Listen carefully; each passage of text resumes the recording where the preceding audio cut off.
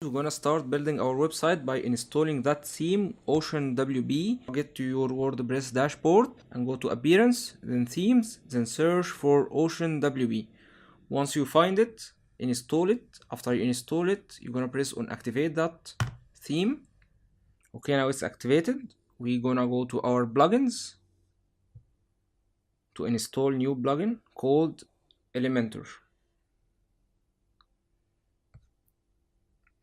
Then we're gonna go to our plugins and add new and search for Elementor.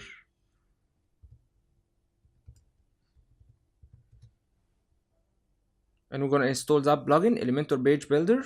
Install now and activate that plugin. Now it's activated and added to our plugins. Now one more thing I wanna do, go to settings and permalinks and make it on post name to make your links look unique like that one.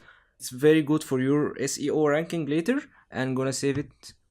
Okay, that's it for this lesson. Now your active task is go install your theme and that plugin and also customize your permalink so we can do that step by step together. It's gonna be easy on you that way, and you're gonna get the most out of that course by doing that and applying every lesson. And if you wanna know about anything, please ask me.